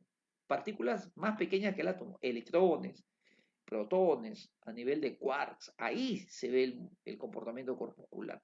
Entonces, entendamos que no vamos a poder nosotros notar el comportamiento corpuscular porque en el mundo macroscópico no se ve. Entonces, la energía está cuantizada hoy en día, es lo que se sabe, pero hay que entender que no se percibe de forma corpuscular. No lo percibimos porque son tan pequeños los fotones, tan poca energía que no podemos percibirlo. Y aquí la mejor analogía creo que es lo que pasa con las fotos, ¿no? Cuando tú ves una foto, por ejemplo, ¿no? Ves una foto, eh, tú no notas los píxeles de las divisiones. Cada foto en una pantalla, por ejemplo, como la pantalla que estás viendo ahorita, son diferentes puntitos luminosos que se van formando y esos puntitos luminosos van a dar pues la idea de imagen. O sea, si nosotros miramos así una imagen no vamos a poder notar los puntitos, pero tendríamos que agrandarlo muchas veces para al momento de agrandar ver que realmente son puntitos, ¿no? De color los que están formando todas las imágenes. Bueno, algo parecido ocurriría. Si la energía no la podemos crecer, no la podemos hacer crecer, pero lo que sí podemos hacer nosotros achicarnos. Si nosotros nos produjésemos de tamaño hasta un nivel subatómico, llegaríamos a ser el tamaño de un electrón, ahí sí notaríamos que toda la energía que consumimos o que se proporciona no va de manera continua, sino que realmente son pequeños paquetitos de energía. Entonces, esto recuerda que solo se percibe en el mundo subatómico. Esta idea, que bueno, hemos invertido la tarde de hoy en explicar, es una idea importante en la concepción nueva del universo. Hasta antes de 1900 no se podía concebir que la energía estaba así cuantizada y a partir de este año se tiene que empezar a aceptar que la energía está cuantizada y ese comportamiento a nivel microscópico cambia la forma de poder aplicar las leyes, la forma como responden o interaccionan, ¿no? Las diferentes partículas subatómicas y entonces eso es lo que ha dado lugar a lo que se conoce como la mecánica cuántica. Cómo se comportan a nivel de cuantos. Entonces, eso es toda una rama de la física que se ve pues con detalle cuando se estudian carreras como física pura pues en los últimos ciclos, ¿no? La herramienta matemática de esta mecánica cuántica es una herramienta matemática bastante fuerte, hay que tirar matemáticas un montón y es muy abstracta también, porque no la podemos ver, no la podemos percibir, no es como patear una pelota y sentir la fuerza y ver la inercia, ver que empujar un cuerpo uno se resiste más que el otro, ver caer un cuerpo en un plano o acelerar un carro, pero a nivel cuántico no lo podemos ver. O sea, mucho de lo que se percibe se ve indirectamente y mucho hay que imaginar. Por eso hoy en día hay mucho físico teórico que basado en estos conceptos está buscando explicar cómo es el universo en esa parte que no podemos verla. Bien, ahí vamos entonces llegando al final de la clase. Vamos a dar algunas preguntas teóricas. A ver, vamos a pedirle a los muchachos que nos dejen su alternativa. Vamos a ver.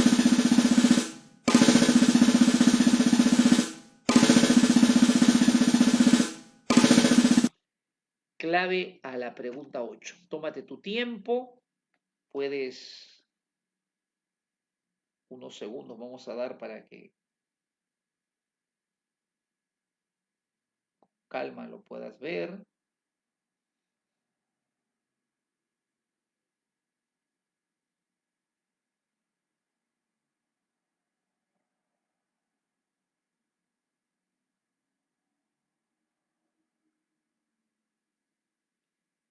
Vamos a ver. Siempre es bueno, como te dije al principio, ir apuntando algunos conceptos para que con esos conceptos podamos responder las preguntas teóricas.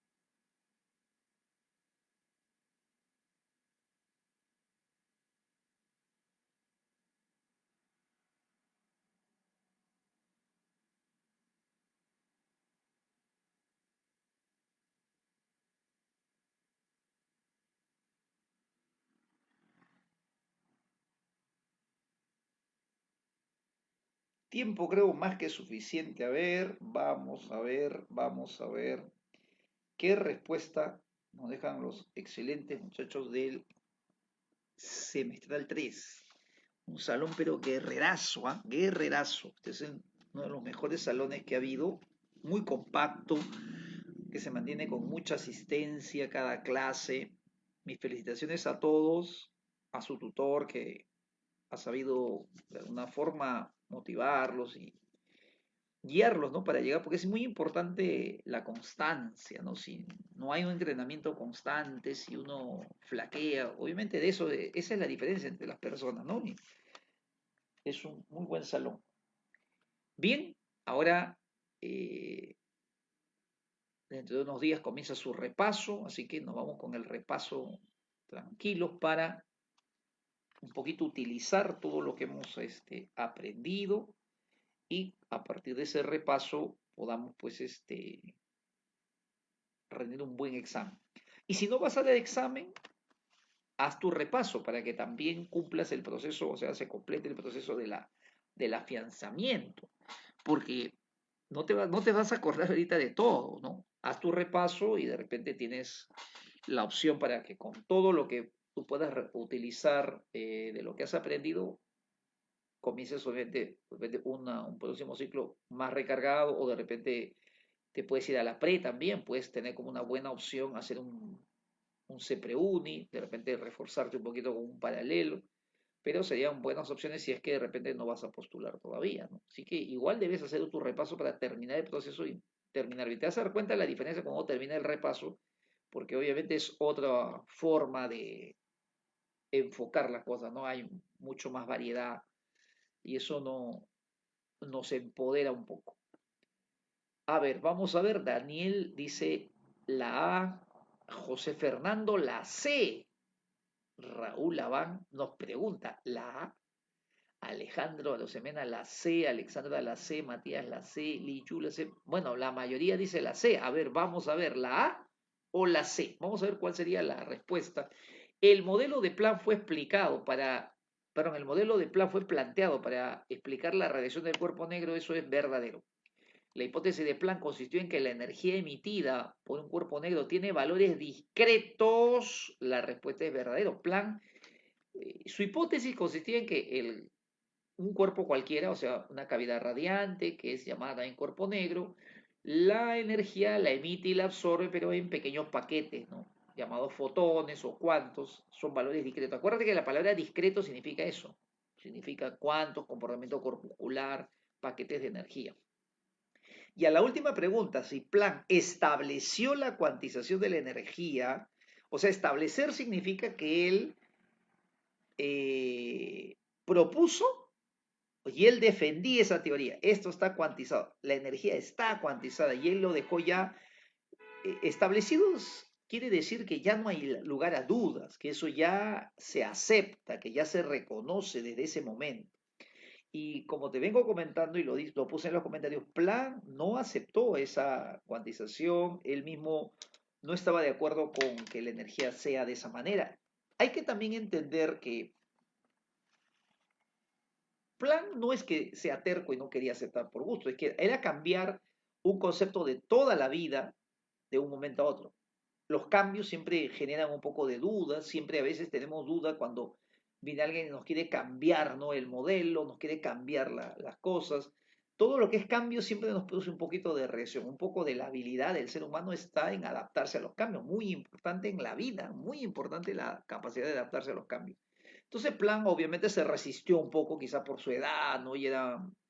Tenía varios años y era más difícil de repente cambiarle la idea y él no aceptaba. Einstein, que tenía 24 años en esa época, planteó, aceptó la teoría, dijo esto puede ser y lanzó su teoría a los 25 y de hecho él demuestra de alguna forma que está cuantizado. Ahora, ¿por qué a Einstein no se le acepta como el creador o el que sí estableció la conservación de energía? Lo que pasa es que cuando Einstein lo propone, Einstein lo había hecho de forma teórica, no había hecho ningún experimento para comprobar que eso era cierto. Después de él se hizo Robert Millikan hizo experimentos para comprobar que la teoría, o sea, la ecuación de Einstein era cierta. Entonces, ha habido, como ves, muchos que han participado, que han ido sumando. Entonces, decir quién estableció la cuantización de la energía, podría alguno decir fue Planck porque lo dijo primero, pero bueno, Planck no lo acepta, así que se descarta. Einstein, pero este no hizo ningún experimento, lo pensó solamente. No podemos decir que lo estableció porque a partir de ahí no se aceptó. Tuvimos que esperar hasta que Robert Millikan en 1913 haga experimentos, entonces de repente sería Millikan. Entonces por eso es que este tema de quién se lleva el galardón, de decir, él estableció, él dijo y era verdad, es un tema que no hay un consenso y es un tema que siempre genera un poco de polémica. Así que lo que sí sabemos es que Planck no estableció la cuantización de la energía. Él solamente lo propuso para la emisión y absorción como un artificio para que tenga sentido la fórmula que había inventado. La clave es la C. Vamos con la 9. Muy bien, los muchachos se han lucido, ¿no? Sí, una pregunta un poquito fuerte, ¿eh? Un poquito fuerte, porque incluso hay varios profesores que en ese tema debaten, no, pero sí, él dijo, lo planteó, entonces, bueno, pero la UNI, por lo menos en CEPRE-UNI, en la UNI, se tiene ese perfil, ¿no? No se da a Plan como el que establece, porque no lo zanja, no es que a partir de ahí ya todo el mundo empezó a usar eso, solamente lo propuso como una técnica para la explicación del efecto. Vamos ahora con la clave a la pregunta número 9. Vamos a ver con la 9. A ver, ¿qué tal lo va con la 9? Parecido, a ver, número 9.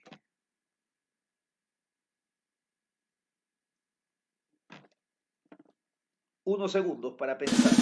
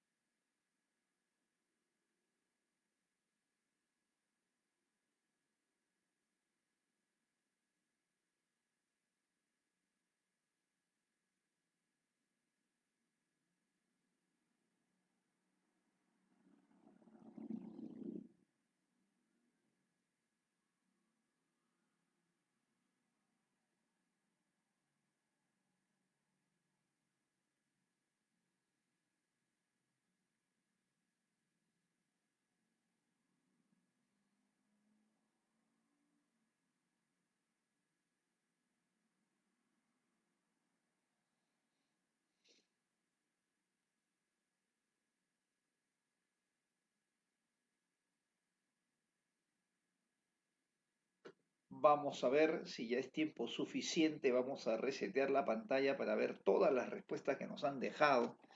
A ver, vamos a ver. Clave a la pregunta número 9. Ángel nos dice la C. Daniel la C. Matías la C. Sebastián está pensando ya en el ciclo. Perdón, la C. Emerson la Lupú nos está viendo, no nos dice qué clave. Vamos a ver entonces si esa es la respuesta correcta. En la 9, la longitud de onda que corresponde a la intensidad máxima, o sea, la que más emite de la radiación de un cuerpo negro. La longitud de onda que más emite en un cuerpo negro, en otras palabras, es inversamente proporcional a la temperatura absoluta. Eso es cierto, eso es la ley de Wien. Cuanto más caliente está un cuerpo emitiendo luz, la longitud de onda es cada vez más pequeña. O sea, si una cavidad radiante está a 5000, está emitiendo, lo que más emite es un tipo de radiación, de repente luz roja, pero si está a 6000, está emitiendo luz amarilla, y si está de repente a 8000, emitiendo ultravioleta. El modelo de Wien explica el espectro de radiación para bajas frecuencias. El modelo de Wien no explica nada, solamente relaciona, pero él no pudo explicar por qué ocurrió eso. Y el modelo de Rayleigh-Jean, que es la fórmula que también falló y dio lugar a catástrofe ultravioleta, explica la radiación para longitudes de onda altas, longitudes de onda, porque acuérdate que la de Rayleigh-Jean es así, viene la curva y no baja, se va para arriba. Esta curva es longitud de onda, o sea, es longitud de onda alta, y recuerda que longitud de onda alta corresponde a frecuencia baja. Frecuencia y longitud de onda siempre son inversas. Entonces ahí debe ser alta longitud de onda. O frecuencias bajas. Frecuencias bajas o longitud de onda alta, pero no alta frecuencia. Así que la respuesta es la C. Muy bien. Vamos a ver la pregunta número...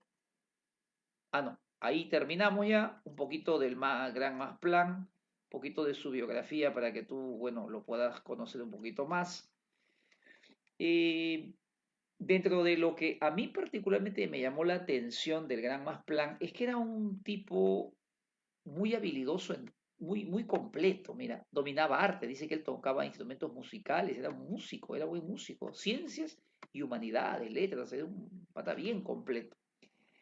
Y mira quiénes fueron sus profesores. Kirchhoff fue su maestro. Helmut, bueno, este físico no es muy conocido, pero bueno, de repente no lo has escuchado, pero también es físico notable de su época. Su doctorado, mira, fue en termodinámica.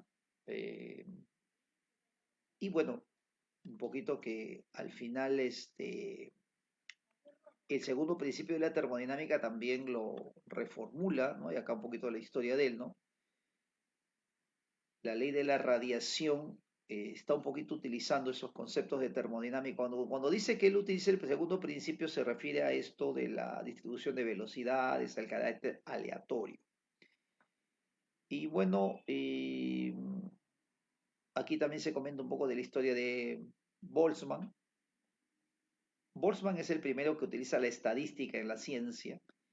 Y bueno, Planck se dio cuenta que ese mismo concepto, también acá está, se había ido, el primero que utiliza esos conceptos, y entonces, haciendo la analogía con los átomos que emitían también paquetes de energía, entonces habló de los cuantos o paquetes de energía. La palabra cuanta es la palabra en griego, pues no, la palabra en griego, y, pero creo que es latín, cuanta es latín, porque en ese tiempo se usaba mucho el latín, y eso traducido es lo que se llama cuanto. Cuanta significa paquete, ¿no? Así que cuantos se refiere a los paquetes de energía.